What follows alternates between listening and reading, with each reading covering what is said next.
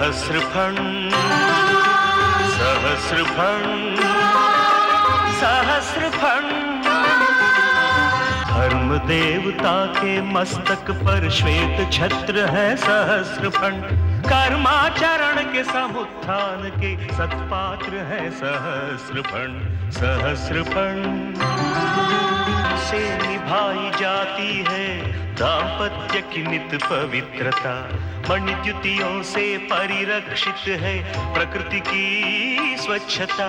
सहस्रफण कर्मलीन हो तंद्रा में तब दैव मात्र निर्निद्र है। सहस्रफण के शिखरों पर ये सारा जगत सुभद्र है। समय के आघातों से बचे हैं फण सहस्र में दो फण। प्रकृति पुरुष के गृहस्थ जीवन के प्रतीक है ये फण। सहस्रफण सहस्रफण सहस्रफण।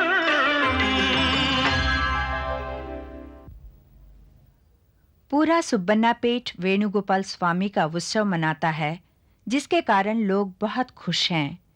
मंदिर में और कोठी में कई प्रकार के कार्यक्रमों का आयोजन होता है। रत्नगिरी के घर उनके रिश्तेदार भी आते हैं प्रोग्राम देने के लिए। जोशी अपनी पत्नी से तंग आकर आत्महत्या करना चाहता है। धर्मा का बेटा रंगाराव और गणाचार्य से मिलता रहता है। जोशी रामेश्वरन से बदला लेने की सोचता है।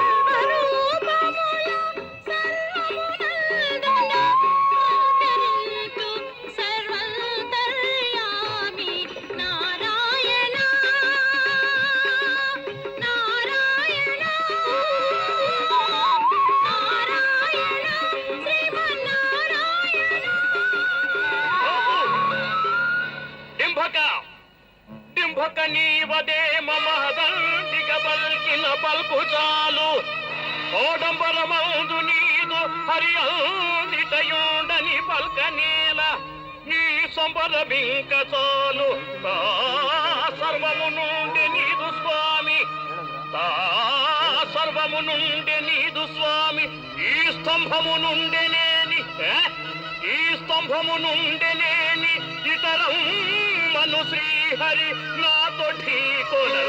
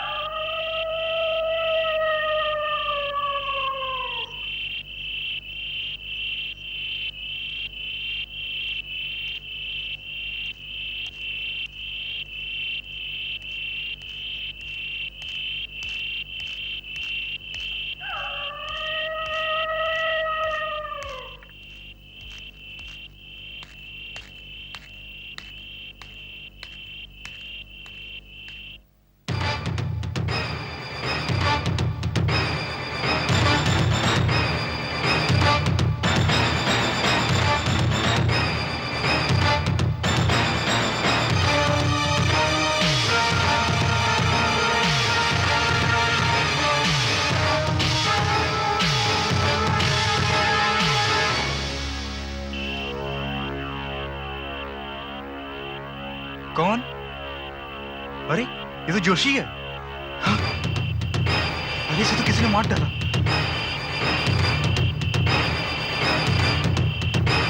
Mangamma, Mangamma, Mangamma, Mangamma, Mangamma, Mangamma,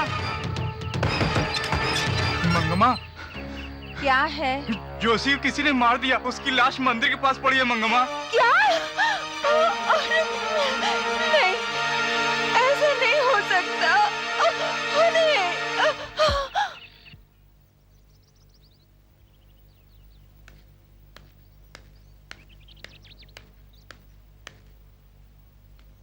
good morning sir.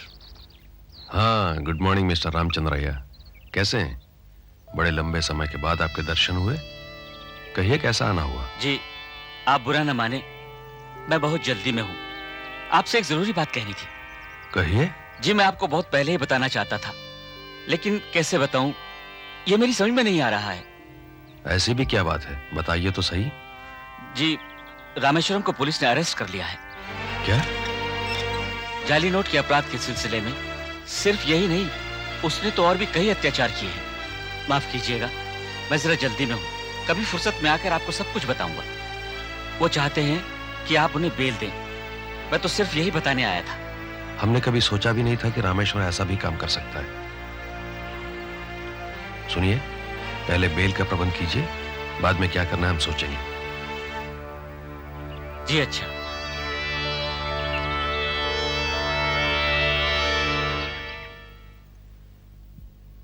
आइए रामेश्वरन साहब, आइए। आप ही का इंतजार कर रही थी मैं जानती हूँ कि आपको पुलिस ने गिरफ्तार किया था और रंगाराव साहब ने बेल पर छुड़वाया है। और ये भी जानती हूँ कि आप जेल से सीधा मेरे ही दामन में सर छुपाने आएंगे। हाँ। आज तुम्हारी बातें कुछ अजीब सी लग रही हैं। मैं कुछ समझा नहीं। लेकिन मैं सब कुछ समझ गई हूँ। आज सुबह मैं वकील साहब से मिलने गई थी। वकील साहब से? क्या कहा उन्होंने? घबराइए नहीं। उन्होंने कहा था कि आपको बचाना भगवान के लिए भी असंभव है। पुलिस को हर बात का सबूत मिल चुका है। अगर आपका पार्टनर चलपति भी आप ही की तरह बड़ा आदमी होता तो सारी जिम्मेदारी उस पर पड़ती, तब शायद बचने की कुछ उम्मीद होती। ज्यादा होशियारी मत दिखाओ। मुझे 400 रुपए चाहिए। 400? मेरे पास कहाँ है? 10 दिन में सिनेमा से आए 1200 रुपए कहाँ गए? वो रुपये चाहे किसी के भी हों, इस समय बैंक में सही सलामत हैं। तो जाके बैंक से ले आओ। महाराज, वो सरकारी बैंक है। हम जब चाहे तब जाके निकाल नहीं सकते। उसका कुछ समय होता है। अब शायद बंद हो चुका होगा। मंगम्मा, अपनी सारी जायदाद, सारे बंगले तुम्हारे नाम लिख दिए हैं। लेकिन रुपयों की बात कुछ और है। आवश्यकता के समय काम ना आए तो फिर क्या फायदा? वकील को पैसे देने हैं, बाकी दूसरे खर्चे भी हैं। तो मैं क्या करूं? बैंक बंद हो चुका है। कल 10 बजे ही खुलेगा। लेकिन इस समय जितने हैं उतने तो दे दो। अच्छा, पूरे 1.5 आने हैं, ये लो। 1.5 आने? तुम तो बहुत भोली थी। इतनी चतुर कैसे हो गई? आप ही की करामात है। स्वैरिणी स्त्री तो क्षण भर में सारे संसार को तार जाती है। पहले तुमने मुझे बिगाड़ा था, अब मैं तुम्हें पूरी तरह सर्वनाश कर चुकी हूँ। तुम्हें बड़ा धनवान समझकर रुपयों के नशे में अंधी बनकर भ्रष्ट हो चुकी हूँ। उसकी सजा मुझे मिल चुकी है। रही तुम्हारी बात, अब तुम फूटी कौड़ी के लिए भी दर बदर के ठोकरें खाओगे। तुम्हें लगने वाली एक एक ठोकर मेरे दिल को सुगुन पहुंचाएगी। मैं कल सुबह ठीक 10 बजे आऊंगा। रुपए तैयार रखना।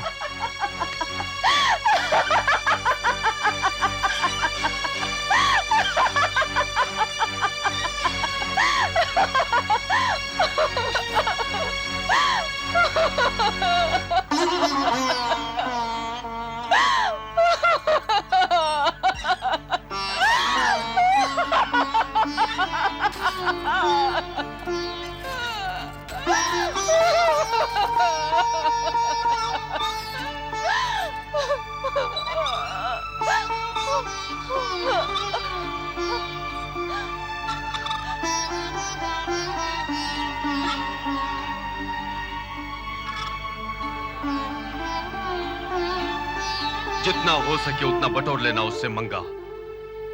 सुनो मंगा, उसे अपनी मुट्ठी में करने के उपाय और मार्ग भी तुम्हें सीखने होंगे।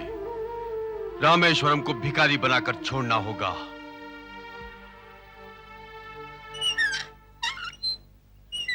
हे भगवान, मैं आपसे क्षमा मांगने लायक नहीं रही। रुपयों की चमक धमक ने मुझे अंधी बना दिया था। सूरज की गर्मी में मैं चंद्रमा की नमी को भूल गई थी। पल भर की भूल शोला बनकर जिंदगी को इस तरह जला डाली कि मैं चाहूं तो भी उसे संवार नहीं सकती। बाहरी सौंदर्यता की पुजारिन आज नशे का पर्दा हटाकर उनके प्यार की भिखारन बन गई है। अब मेरे पास सिर्फ एक ही रास्ता बचा है, अपने पापों को प्रायश्चित करना। हाँ प्रभु, पापों का प्रायश्चित करना। अगर पाप की कमाई अच्छे कामों के लिए प्रयोग करें तो वो पाप का धन नहीं कहलाता। हे भगवान, हो सके तो मुझे माफ कर दो, मुझे माफ कर दो भगवान, मुझे माफ कर दो।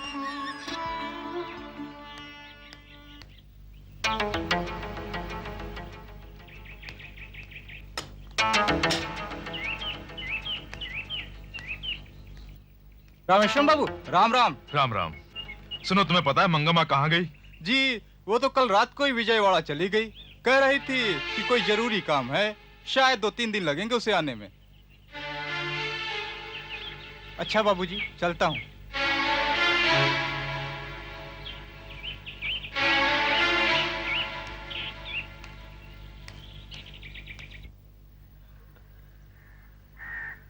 माता जी नमस्कार। ये सुबर्णा पेट है ना? हाँ, सुबर्णा पेट ही है। कितना बदल गया है।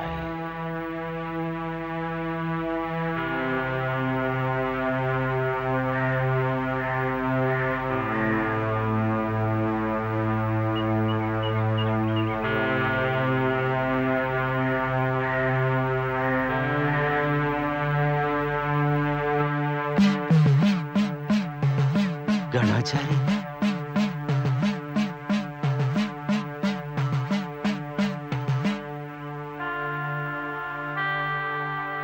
हाँ, गणाचारी। लेकिन जिस गणाचारी को तुम जानते हो वो चल बसी। क्यों गोपन्ना, इतने साल कहाँ थे? लोग तो कह रहे थे तुम पागल हो गए थे। नहीं नहीं, मैं पागल नहीं हुआ। मैं भटक गया था। मेरे प्रभु कृष्ण नायडू के चले जाने के बाद धर्मराव के आने तक रुकना चाहता था, लेकिन सोचा कि वो आके मुझे जाने नहीं देगा, इसलिए मैं यहां से बहुत दूर चला गया था। जानते हो, तुम्हारे जाने के बाद सुबर्णा पेट में कितनी घटनाएं घट चुकी हैं। बड़ी रानी, छोटी रानी, रंगाजम्मा सब चल बसे। रंगाराव 3 बरस से बिस्तर पे पड़े हैं। उनके बेटे हारप्पा को जानते हो ना? हाँ। अब वही जमींदार है। दादा का नाम रोशन किया है। बहुत दिनों से सुबर्णपेट की याद आ रही थी, कहीं भी नहीं रह सका, इसीलिए चला आया। देवदासी को जानते हो? तुम्हारे काल में वो बहुत छोटी थी। रत्नगिरी की लड़की। रत्नगिरी को नहीं जानते? रामेश्वर शास्त्री की। हाँ हाँ, याद आया। उसी की लड़की है देवदासी। उसे मरे हुए 15 दिन हो गए। आज उसका श्राद्ध है। कैसे मर गई? वो तो केवल मनुष्य की दृष्टि में मर गई है।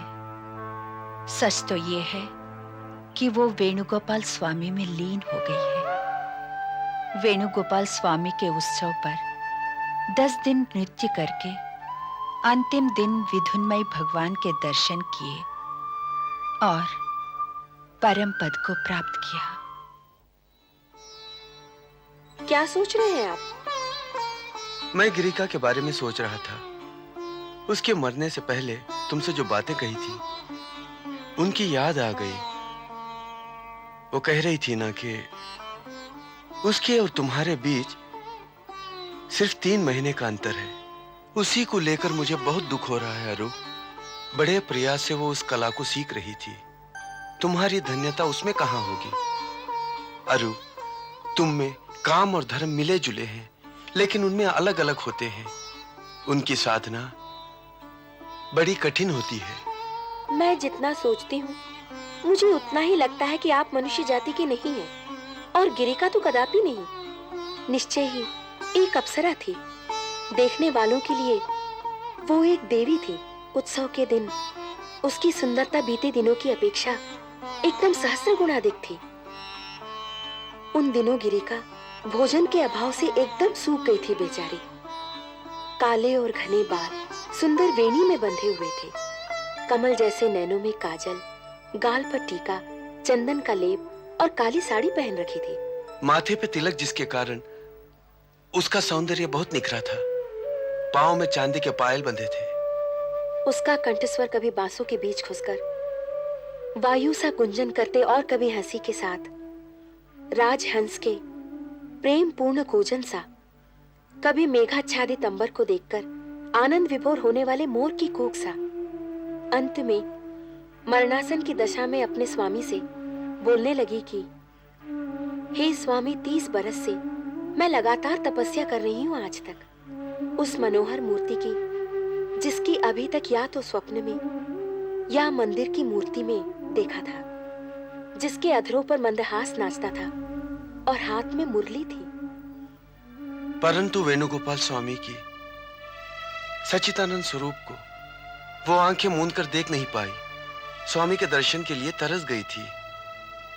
गिरिका की मां रत्नगिरी ने कभी सोचा भी नहीं कि ऐसा होगा।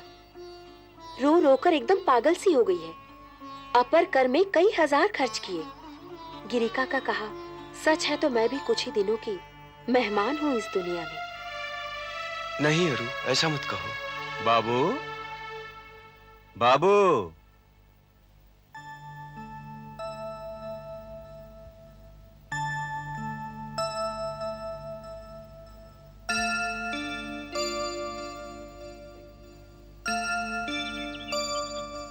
लो।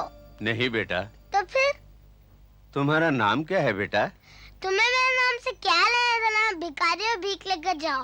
मेरा नाम परसों के उत्सव तक एक था, अब दूसरा है। तुम्हारे पिताजी का नाम क्या है? ए बुड्ढे, अपने आप को क्या समझते हो? पहले मेरा नाम पूछो, अब मेरे पिता का नाम पूछते हो। सुनो, मेरे पिताजी और माताजी दोनों इस समय बहुत दुखी हैं।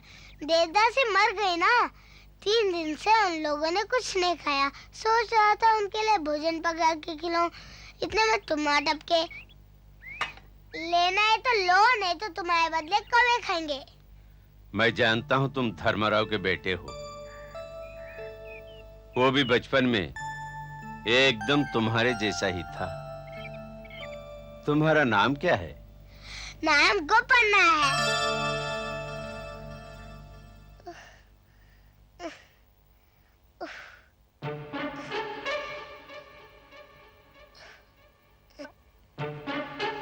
ये जमींदार इतना ऊपर क्यों रहता है? उफ, चढ़ते चढ़ते पैर कितना दुखता है।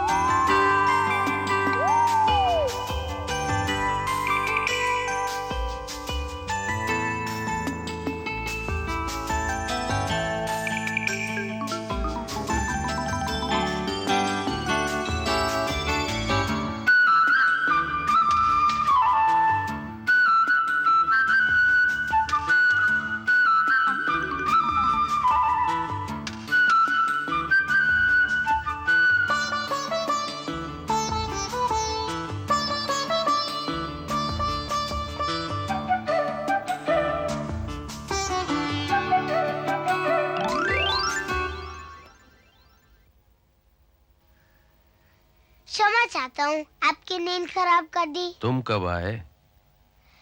एक तो सीढ़ी नहीं चढ़ सका, उस पर आके देखा तो आप सो रखे थे। क्या करता? इधर उधर देखा तो फल दिखाई दिए, एक खाया आप उठे नहीं, एक और खाया आप उठे नहीं। अब खाने को कुछ नहीं था, तभी आप उठे नहीं, इसलिए जगा दिया। क्यों, मेरा भेजा खाने के लिए?